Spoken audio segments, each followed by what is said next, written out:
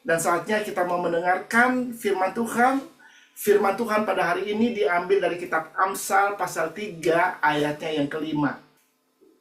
Kitab Amsal yang ketiga ayat yang kelima bunyinya demikian. Percayalah kepada Tuhan dengan segenap hatimu dan janganlah bersandar kepada pengertianmu sendiri. Saudara-saudara, tema kita pada hari ini adalah bergantung dan mengandalkan Tuhan. Saudara-saudara, bergantung dan mengandalkan Tuhan merupakan sebuah hal yang sangat penting dalam kehidupan orang percaya. Dan seharusnya bergantung dan mengandalkan Tuhan haruslah menjadi gaya hidup dari setiap orang yang percaya kepada Tuhan. Saudara-saudara, saya percaya kita semua mau hidup dalam keberhasilan dan kemenangan. Amin. Siapa yang mau hidup berhasil dan hidup dalam kemenangan? Amin. Saya sendiri mau hidup di dalam keberhasilan dan kemenangan. Kalau kita mau melihat keberhasilan dan kemenangan terjadi di dalam hidup kita, maka kita harus sungguh-sungguh bergantung dan mengandalkan Tuhan di dalam kehidupan kita. Ada beberapa hal yang akan saya bagikan pada hari ini. Mengapa kita harus mengandalkan Tuhan dan bergantung kepada Tuhan? Yang pertama, karena kemampuan manusia sangat terbatas. Kita bisa baca sekali lagi kitab Amsal pasal 3 ayat yang kelima. Percayalah kepada Tuhan dengan segenap hatimu dan janganlah bersandar kepada pengertianmu sendiri.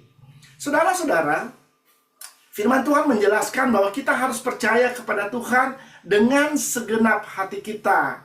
Karena kita harus sadar bahwa pengertian dan kemampuan kita sangat terbatas. Ada hal-hal di mana manusia tidak bisa melakukan di dalam kehidupannya. Karena manusia terbatas. Kalau sesuatu yang tidak bisa kita lakukan, maka sekuat apapun kita berusaha untuk melakukan hal itu, kita tidak akan berhasil atau kita akan mengalami kegagalan. Tetapi kalau kita mengandalkan Tuhan, Tuhan itu tidak pernah gagal. Amin. Apapun yang Tuhan lakukan, pasti berhasil, saudara. Makanya kita harus mengandalkan Tuhan, karena bagi Tuhan tidak ada yang mustahil. Bagi Tuhan tidak ada yang tidak mungkin. Tuhan sanggup melakukan segala perkara. Apa yang tidak mungkin bagi manusia, mungkin bagi Allah. Apa yang mustahil bagi manusia, tidak mustahil bagi Allah.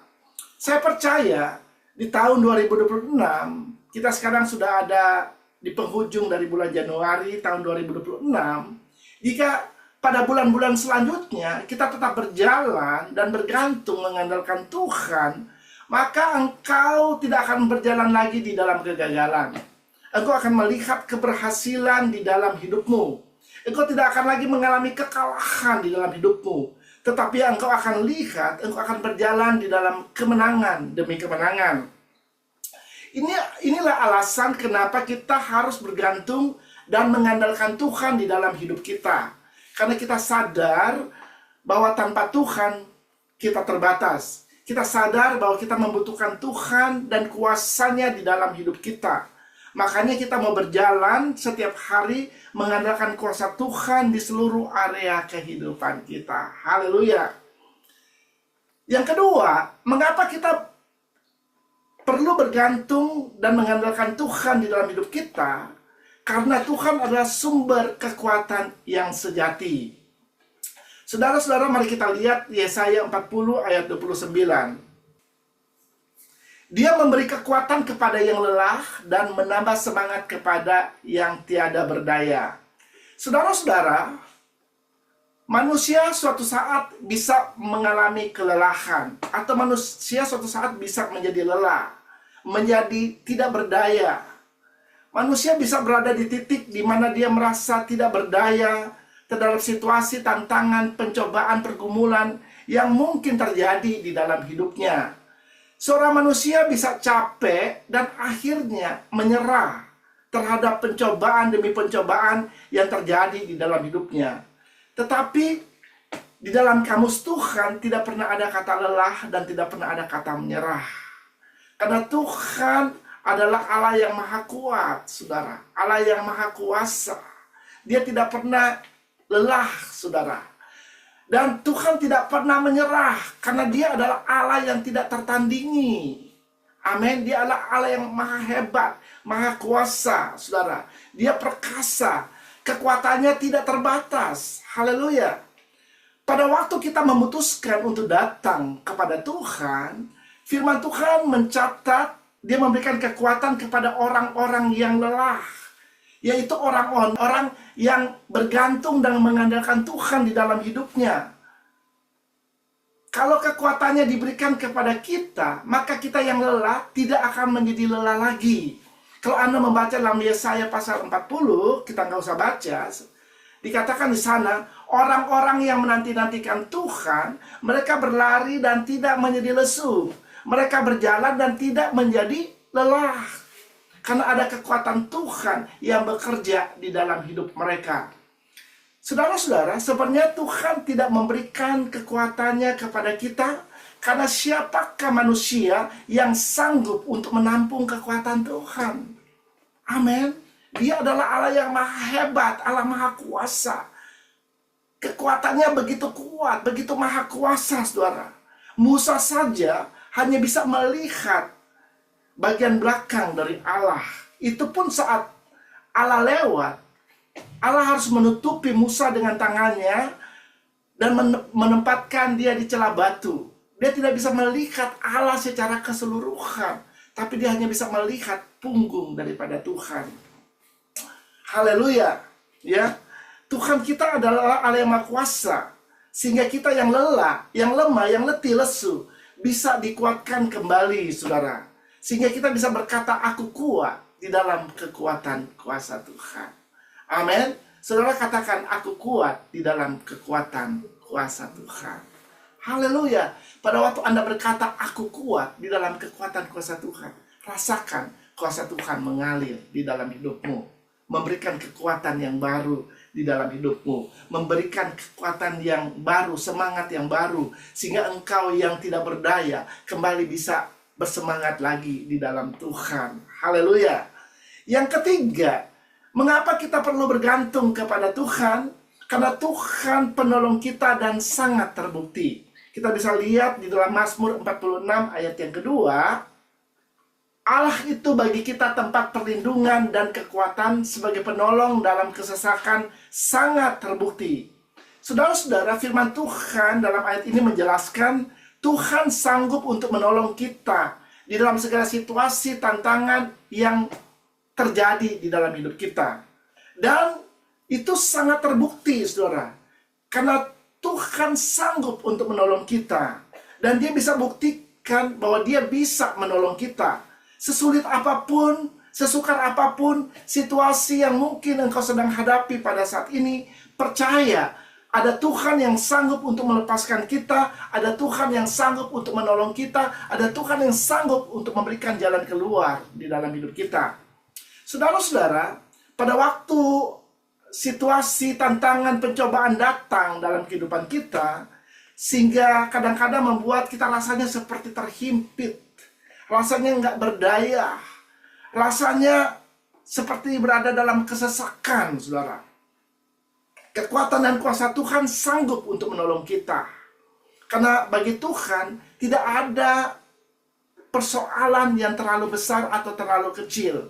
Tidak ada pergumulan yang terlalu besar atau terlalu kecil. Bagi Tuhan, persoalan dan pergumulan kita semua sama di hadapan Tuhan. Tuhan sanggup untuk menolong kita. Tuhan sanggup untuk memberikan jalan keluar dalam hidup kita. Dan Tuhan sanggup untuk melepaskan kita. Dan itu bisa terjadi ketika kita membiarkan kekuatannya bekerja di dalam hidup kita. Haleluya. Saudara-saudara, itulah beberapa alasan mengapa kita harus bergantung dan mengandalkan Tuhan di dalam hidup kita. Sekarang kita akan lihat dan saya akan membagikan hal-hal praktis yang harus kita lakukan. Bagaimana kita hidup bergantung sepenuhnya kepada Tuhan hari lepas hari. Yang pertama, mulailah hari dengan menyerahkan dirimu kepada Tuhan. Sekali lagi, mulailah hari kita dengan menyerahkan diri kita kepada Tuhan. Kita bisa baca dalam Amsal 16 ayat 13. Amsal 16 ayat 3 bunyinya demikian. Serahkanlah perbuatanmu kepada Tuhan, maka terlaksanalah segala rencanamu. Saudara-saudara, ada perbedaan antara menyerah dan berserah. Saudara-saudara, kata berserah dan menyerah kelihatannya mirip, tetapi sebenarnya mempunyai arti atau makna yang berbeda, saudara. Berserah artinya kita mempercayakan hidup kita sepenuhnya kepada Tuhan. Berserah artinya kita mempercayakan situasi dan tantangan, persoalan, pergumulan, pencobaan yang kita hadapi kepada Tuhan. Dan juga menyerahkan hasil akhir dari semua yang terjadi di dalam hidup kita kepada Tuhan. Dan tidak pernah berhenti beriman dan percaya kepadanya. Orang yang berserah kepada Tuhan akan tetap berdoa, beriman, dan melakukan apa yang harus dia lakukan sesuai dengan apa yang dia percaya, sesuai dengan apa yang dia imani di dalam hidupnya. Firman Tuhan di dalam Mazmur 37 ayat yang kelima, coba kita lihat. Serahkanlah hidupmu kepada Tuhan dan percayalah kepadanya, dan ia akan bertindak. Saudara-saudara, pada waktu kita menyerahkan kehidupan kita kepada Tuhan, kita berserah kepada Tuhan, disitulah dikatakan oleh firman Tuhan, Tuhan akan bertindak, Tuhan akan bergerak, saudara, untuk menyatakan kuasanya di dalam kehidupan kita. Haleluya. Saudara, kalau Tuhan mulai bergerak, kalau Tuhan mulai bekerja, maka kita akan melihat perbuatan-perbuatan yang ajaib, perbuatan-perbuatan yang besar, perbuatan-perbuatan yang dahsyat akan terjadi di dalam hidup kita. Sedangkan menyerah lebih kepada sikap yang putus asa, sikap yang pesimis, dan berhenti berharap kepada Tuhan. Orang yang menyerah adalah orang yang putus asa, karena dia merasa tidak ada jalan keluar terhadap situasi, tantangan, pencobaan, pergumulan yang dia hadapi di dalam hidupnya. Jadi fokusnya bukan kepada Tuhan, tetapi kepada perasaan. Misalnya perasaan merasa kalah, merasa gagal, dan kehilangan pengharapan, saudara. Singkatnya, berserah itu artinya tetap percaya kepada Tuhan yang memegang kendali atas seluruh kehidupan kita, yang akan bertindak dan melakukan sesuatu yang baik di dalam hidup kita. Sedangkan menyerah artinya kita berhenti berharap karena merasa tidak mampu, lelah, atau merasa putus asa. Sebagai orang percaya, kita disuruh bukan menyerah, tetapi berserah kepada Tuhan. Kita harus belajar menyerahkan seluruh area kehidupan kita kepada Tuhan. Misalnya, pada waktu kita bangun di pagi hari, kita berdoa, kita minta kepada Tuhan, Tuhan, hari ini aku menyerahkan pikiranku, perkataanku, tindakan-tindakanku, dan apa yang akan kulakukan pada hari ini ke dalam tangan-Mu. Pimpinlah hidupku. Ya, misalnya seperti itu. Artinya, kita menyerahkan seluruh kehidupan kita kepada Tuhan. Kita menyerahkan seluruh aktivitas kegiatan kita kepada Tuhan di hari itu. Dan supaya kehendak Tuhan yang terjadi di dalam kehidupan kita. Dan percaya, pasti Tuhan akan melakukan sesuatu yang baik di dalam hidup kita. Amin. Karena kalau Tuhan melakukan sesuatu di dalam hidup kita, Tuhan tidak pernah melakukan sesuatu yang jahat dalam hidup kita. Tuhan selalu memikirkan bagaimana dia melakukan sesuatu yang baik buat hidup kita. Amin. Karena segala sesuatu yang baik dan sempurna itu datangnya dari atas, saudara. Dan bagi Tuhan tidak ada perubahan. Dia Allah yang sama dulu, sekarang, bahkan sampai selama-lamanya. Amin. Kalau dia dulu melakukan kebaikan dalam hidup kita, kalau dia dulu baik buat hidup kita, sekarang pun dia tetap baik. Dia nggak pernah berubah, saudara. Dia bukan manusia yang bisa berubah-ubah. Tuhan kita nggak pernah berubah, saudara. Kalau dia mengasihimu, dia akan tetap mengasihimu. Kalau dia mau berbuat baik di dalam hidupmu, dan terus dia akan melakukan kebaikan di dalam hidupmu. Makanya firman Tuhan berkata, kasih setianya dari selama-lamanya sampai selama-lamanya. Kasih setianya tidak pernah berkesudahan. Amin. Dulu, sekarang, bahkan sampai selama-lamanya, saudara. Firman Tuhan di dalam Amsal 16 ayat 3, coba kita lihat. Amsal 16 ayat 3. Serahkanlah perbuatanmu kepada Tuhan, maka terlaksanalah segala rencanamu. Saudara, dengan jelas firman Tuhan ini mengatakan kepada kita, waktu kita menyerahkan perbuatan-perbuatan kita kepada Tuhan, maka terlaksanalah apa yang kita rencanakan. Haleluya. Artinya kita pasti akan melihat keberhasilan dan kemenangan terjadi di dalam hidup kita pada waktu kita menyerahkan segala sesuatu ke dalam tangan Tuhan. Karena Dia Allah yang berkuasa, Dia sanggup membuat apa yang kita inginkan terjadi di dalam hidup kita. Karena Dia Tuhan. Haleluya. Yang kedua, bagaimana kita bergantung dan mengandalkan Tuhan di dalam hidup kita. Yang kedua, kita harus fokus membaca dan merenungkan firman Tuhan dan menerapkan firman Tuhan pada hari ini. Kita bisa baca dalam Mazmur 119 ayat yang ke-105. Firman-Mu itu pelita bagi kakiku dan terang bagi jalanku. Saudara-saudara, biasakan pada waktu kita bangun di pagi hari, kita membaca dan merenungkan firman Tuhan. Kita menyediakan waktu untuk membaca, bersekutu dengan firman Tuhan. Karena kita semua membutuhkan firman Tuhan di dalam hidup kita. Firman Tuhan itu dikatakan pelita bagi kaki kita, ya, dan terang bagi jalan-jalan kita, saudara. Firman Tuhan yang akan menerangi setiap langkah kehidupan kita pada hari ini, saudara.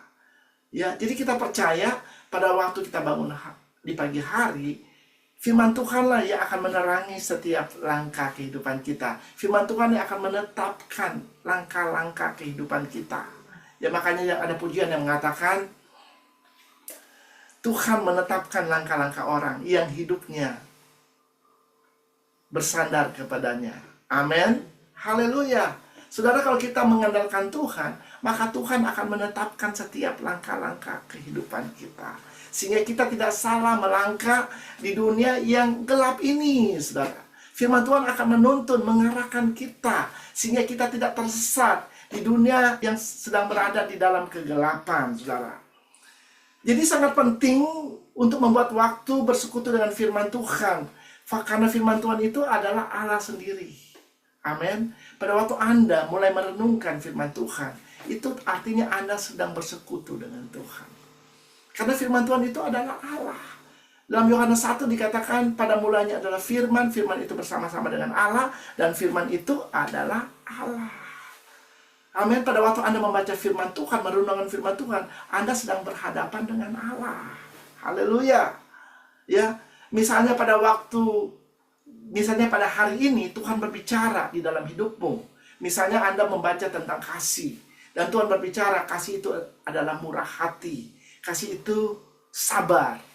Saudara, pada waktu Anda ada kesempatan untuk melakukan hal itu, Anda harus lakukan, saudara. Amin. Pada waktu ada orang yang bikin kesel, bikin marah, Anda ingat, oh saya hari ini baca kasih itu sabar. Anda harus melakukan kesabaran itu. Bukan dengan kekuatanmu, tapi minta kepada Roh Kudus. Kuasa Roh Kudus untuk bekerja sehingga firman itu terjadi di dalam hidupmu. Amin. Haleluya. Karena dengan kekuatan kita nggak mungkin bisa melakukan firman Allah. Yang udah-udah kalau ada orang bikin kesel, kita ikutan kesel juga. Bener nggak? Kalau orang bikin marah, kita tambah marah lagi. Yaitu bersandar kepada kekuatan diri sendiri. Tapi kalau kita bergantung mengandalkan Tuhan, mengandalkan kuasanya, maka kita bisa sabar. Ya, karena buah Roh Kudus itu akan termanifestasi di dalam hidup kita. Dan misalnya dalam kasih itu dikatakan kita harus menolong orang lain. Misalnya, ya, kasih itu murah hati dikatakan. Nah, kalau ada kesempatan untuk bermurah hati kepada orang yang ada di sekitar kita, lakukan itu, saudara. Amin. Lakukan itu, peduli kepada orang-orang yang ada di sekitar kita.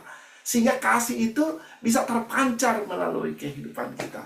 Jadi ini hal-hal praktis yang kita bisa lakukan. Kita dengar firman, langsung kita praktek dalam kehidupan kita hari lepas hari. Ya, karena saya percaya di dalam firman Tuhan ini ada begitu banyak perintah yang Tuhan katakan dalam hidup kita. Ya, tetapi kita melakukan perintah itu bukan sekaligus, saudara, tetapi hari lepas hari. Amin. Ya, dan Anda akan melihat sesuatu terjadi, perubahan terjadi di dalam hidupmu. Haleluya, dan Anda bisa menjadi saksi bagi Tuhan. Yang ketiga, latih ketergantungan kita kepada Tuhan sepanjang hari yang akan berjalan. Kita baca ayatnya di dalam Amsal 3 ayat 5. Percayalah kepada Tuhan dengan segenap hatimu dan janganlah bersandar kepada pengertianmu sendiri. Saudara-saudara, kenapa kita harus melatih diri kita untuk bergantung sepenuhnya kepada Tuhan? Karena kecenderungan manusia adalah bersandar kepada kekuatan dirinya sendiri. Kecenderungan manusia adalah mengandalkan kekuatan dirinya sendiri. Oleh karena itu, kita harus belajar untuk mengandalkan Tuhan di dalam hidup kita, saudara.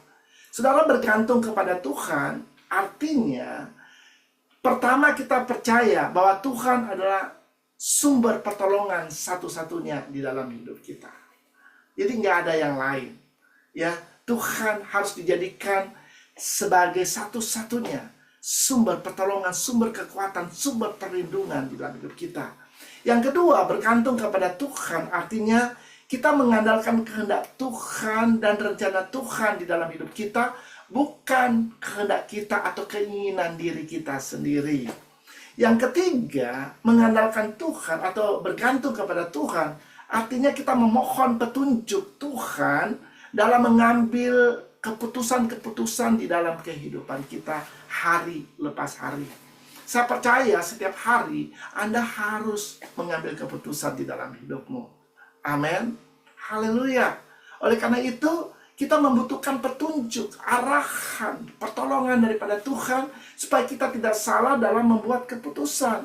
Makanya di waktu pagi hari kita berdoa kepada Tuhan, kita minta Tuhan, tuntunlah aku supaya aku bisa membuat keputusan-keputusan yang benar di hari ini. Amin. Nah, ini adalah langkah-langkah praktis, saudara. Jadi pada waktu Anda mengambil keputusan, Anda tahu bahwa Roh Kudus akan menuntun keputusan yang Anda akan buat pada hari ini. Amin. Karena sangat penting untuk membuat keputusan yang benar di dalam hidup kita. Keputusan yang benar akan membawa kehidupan kita kepada keberhasilan dan kepada kemenangan. Amin. Ya, tetapi keputusan yang salah hanya akan membuat kegagalan dan kekalahan di dalam hidup kita. Bukan hanya kita gagal dan kalah, tapi keputusan yang salah akan membawa kita kepada kehancuran dan kebinasaan. Itulah sebabnya kita harus bergantung sepenuhnya kepada Tuhan, sehingga kita tidak salah dalam mengambil keputusan-keputusan di dalam hidup kita. Haleluya. Yang keempat, evaluasi dan akui kepada siapa dan kepada apa ketergantunganmu pada hari ini. Coba kita lihat 1 Yohanes 1 ayat 9. Jika kita mengaku dosa kita, maka ia adalah setia dan adil sehingga ia akan mengampuni segala dosa kita dan menyucikan kita dari segala kejahatan. Saudara-saudara, pada waktu Anda mengakhiri hari ini, atau pada waktu sebelum Anda pergi tidur, Anda harus refleksikan posisimu di mana pada hari ini? Di mana engkau berada pada hari ini? Apakah engkau sungguh-sungguh bergantung kepada Tuhan, atau engkau masih bergantung kepada dirimu sendiri? Atau engkau masih mengandalkan kekuatan dirimu sendiri, saudara? Kalau masih ada area di dalam hidupmu di mana engkau sadar dan tahu bahwa engkau tidak melibatkan Tuhan di dalamnya, akui itu di hadapan Tuhan dan minta ampun kepada Tuhan. Firman-Nya dalam 1 Yohanes 1 ayat 9, jika engkau mengaku dosa, maka ia adalah Allah yang setia dan adil. Ia akan mengampuni segala dosa kita dan menyucikan kita dari segala kejahatan. Jadi kalau berbicara tentang dosa, dosa itu bukan hanya ketika kita melakukan zina, atau kita melakukan mencuri, membunuh, mengingini milik sesama, baru dikatakan kita berdosa. Tetapi kalau ada perintah jangan di dalam Alkitab, dan kita melanggar perintah itu, artinya kita juga udah berdosa, saudara. Amin. Haleluya. Ya. Jadi kalau Tuhan bilang jangan, ya jangan, saudara. Kalau Tuhan bilang jangan mengandalkan kekuatan dirimu sendiri, ya jangan dilakukan, saudara. Karena pada waktu kita melanggar perintah Tuhan, kita sudah jatuh di dalam dosa. Makanya evaluasi diri kita pada hari itu. Apa yang kita sudah lakukan? Apa kita lebih cenderung untuk mengandalkan kekuatan diri kita sendiri, atau kita benar-benar mengandalkan Tuhan di dalam hidup kita? Kalau masih ada dalam area kehidupan kita di mana kita tidak menggantungkan hidup kita sepenuhnya kepada Tuhan, kita datang kepada Dia. Kita minta ampun kepada Dia.